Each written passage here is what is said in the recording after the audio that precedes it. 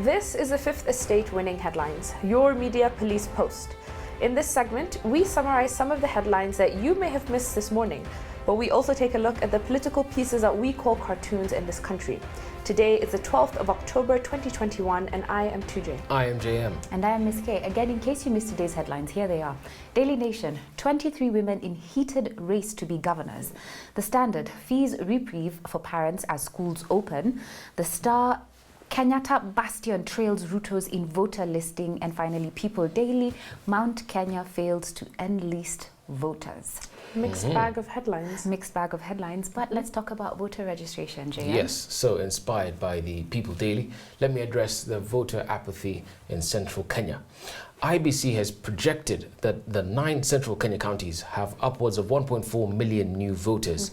Of these, however, during the first week of registration, out of the 1.4 million, only about 24,000 showed up. That is a paltry 1.6% registration rate. Now, this is somewhat of an anomaly. And here's why. Over the last 4 years, William Ruto has made hundreds of forays to the mountain. Yep. He has bought their MPs, colonized their churches, camped in their churches as well, and he has thrusted his hustler narrative all the way to the ground. Or so he has made us believe.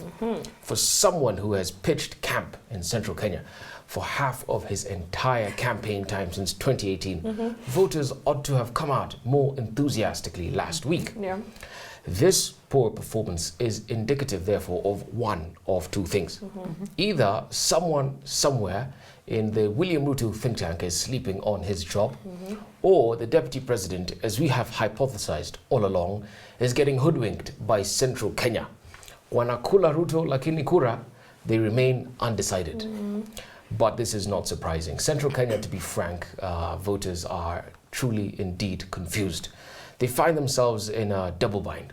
Damned if they vote for Ruto and damned if they vote for Raila. This is the truth. You see, much as they have been hostile towards Baba Man, deep down in their hearts, they are also unsure about William Ruto.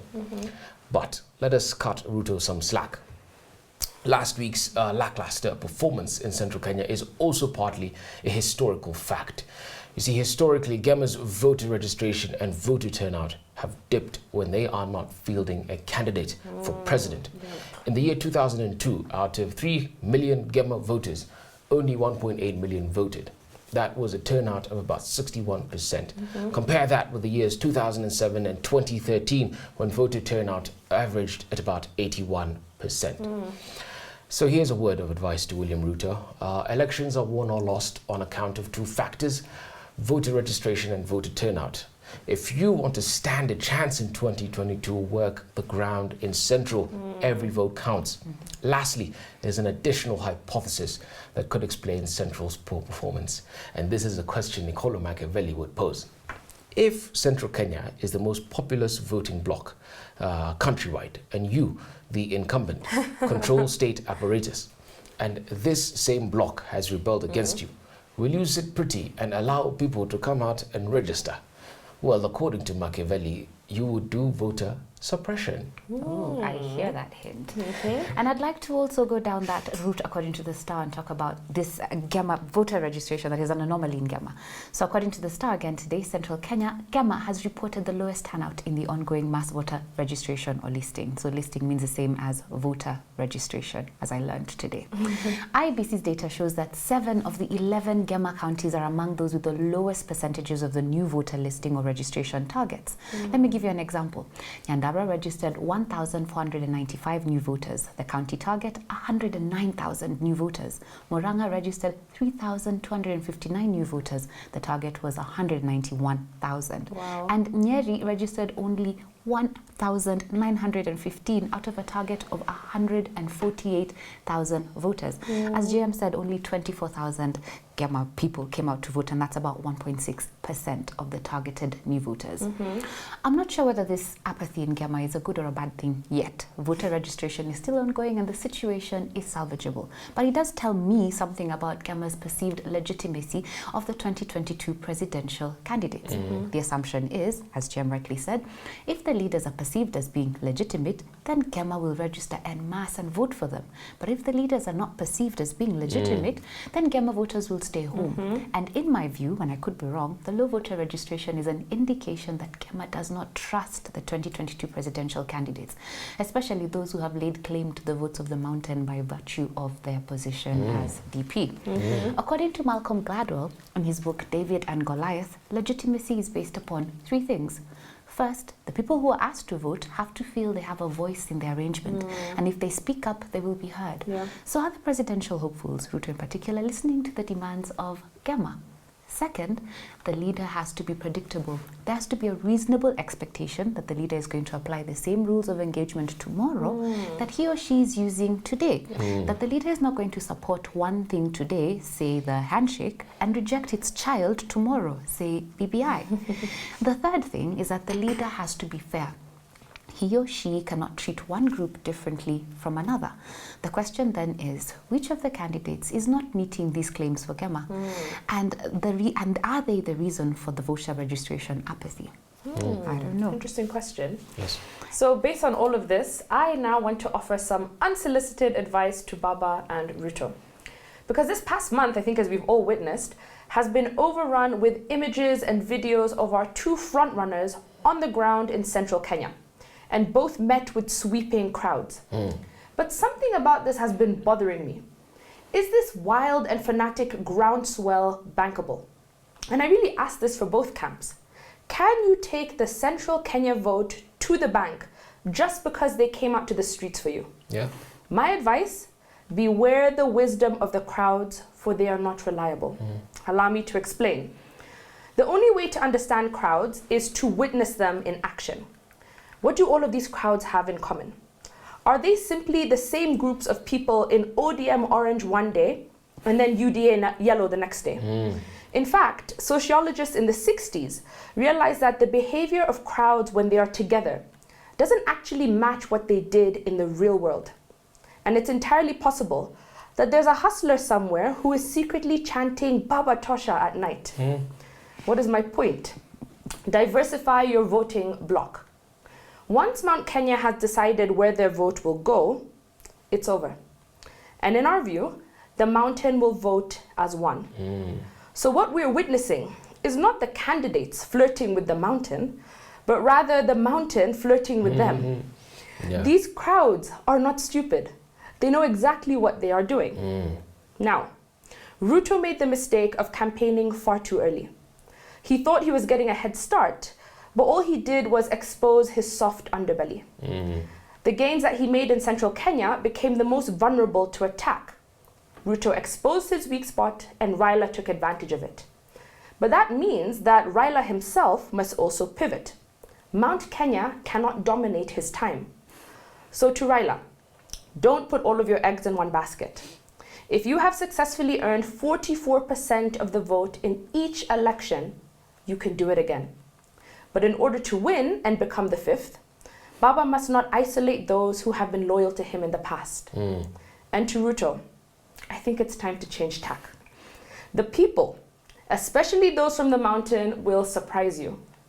Remember, as we've told you many times, if you take a hyena to the market, you will attract a larger crowd than the one who brought a goat. But in the end, the people will always buy the goat and not the hyena. Food for thought. Food for thought. Are you the goat or the hyena? We have a three-part criteria that we use to judge the headlines for you. We ask ourselves three questions. Is the headline topical or speculative, repetitive or groundbreaking, and thoughtful, or just plain lazy? Daily Nation, 23 women in heated race to be governor. Standard, fees reprieve for parents as schools open. The Star, Kenyatta Bastion trails Rutos in voter listing. And People Daily, Mount Kenya fails to enlist voters. My issue with the People Daily headline is that it makes it seem so final. I know. That voter registration happened over the weekend, once and for all done. It's because of 2013. Yeah, but it's a process. Let's not forget that. It's true. It's a process. I'd say we toss the People Daily for that reason. I'd also say we toss the Star. While the two headlines inspired our thoughts today, well, What I do Not like worth. about the Star, though, is that it acknowledges who ownership of Central Kenya lies with. Too true. Too true. Please Absolutely. reprieve for parents. No offense to the parents, but let's toss that. I think we give our winning headline to the Daily Nation. Yes. We have 23 women in a heated race for governor. If they join Anne Waiguru and Charity Ngilu in the list of governor grades, I'd be happy to have Very happy. two-thirds gender in that role. We have our winning headline from the Daily Nation. Onto the political pieces we call cartoons in this country. Just like the headlines, we have a three-part criteria that we use to judge them for you. We ask ourselves, are they humorous or dry, satirical or pessimistic, and effective, or just plain lazy? Let's begin with the Standard. Yes, on the Standard, we have a restless, farting mountain. So you've got Wanjiku there, standing in front of Mount Kenya, and you've got the mountain just billowing with smoke. And she says, nothing to worry here. It's Mount Kenya again. It farts every 5 years during elections. So it's talking here about the restlessness of the leaders, the jostling that's currently happening between them, and even the mountain. This is having a bad case of food I don't poisoning. know. Is this a positive or a negative cartoon? I'm not sure. Oh, it's actually, I think a because positive one. we also sometimes talk about this, cyclical violence that we have, and I think that is also linked to that 5 years of the mountain that you're saying. Being gassy. Yeah, being restless. This is what a democratic process looks like. Everybody, let the people decide. Let the leaders decide as well. They're going through the motions. I say put that in the parking bay. Let's take a look at what we have in the Star. In the Star, harkening back to this Star headline and the PD headline, we have a snail there, and it is called IBC, and it's labeled as voter registration. And on top, we have IBC chairperson Wafula Chebukati with is that a whip? And he's trying to get a stick. He's trying to get this snail moving. The snail does not look amused, and it is saying typical last-minute Kenyans.